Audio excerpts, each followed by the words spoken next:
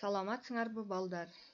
Бүгүн математика сабагынан 4-чейректеги 14 сабагыбызды баштайбыз.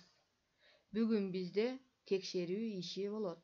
Бүгүн сабакта көп орунду сандар менен туюнтмаларды, теңдемелерди чыгарабыз. Аттуу сандарды салыштырабыз. Маселелерди чыгарабыз. Катасыз, сулуу эрежеге ылайык жазабыз. Өз алдынча иштөөгө машыгабыз. Анда текшерүү ишиндеги тапшырмаларга көңүл бургула. Биринчи амалдарды аткарасыңар. Бул жерде 2 татаал туюнтма берилген.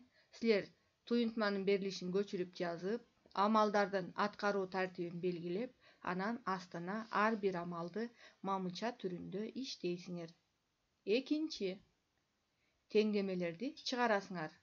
Бул жерде 2 теңдеме берилген. Ар бир теңдемени астына иштеп, акырында текшерип, жообун жазасыңар. Үчүнчү, аттуу сандарды салыштырасыңар. Төртүнчү, маселе.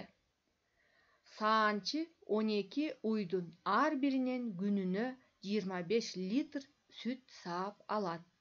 Сүттү 50 литрлик 3 флягага куюп дүкөнгө, калган сүттү бала бакчага жиберди. Бала бакчага канча сүт жиберилди? Бул жерде балдар бир күндөгү бардык сүттү табасыңар. Анан дүкөнгө кеткен сүттү табасыңар.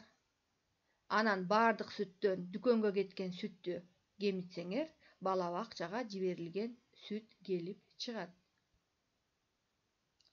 Бешинчи, геометриялык маселени иштейсиңер.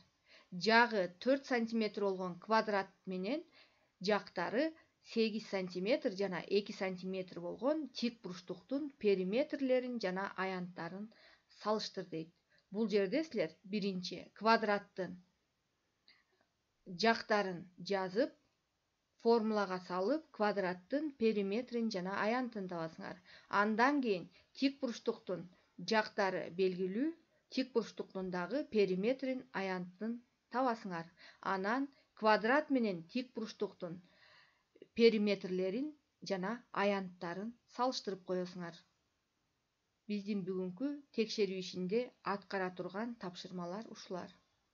Анда ирети менен сулуу эрежеге ылайык жазып, өз алдыңарча иштегиле. Биздин бүгүнкү сабак ушуну менен аягына келип жетти. Үйгө тапшырма буга чейинки өтүлгөн эрежелерди кайталагыла. Ушуну менен биздин сабагыбыз бүттү. Эмки сабактан жолугушканча саламатта болгула.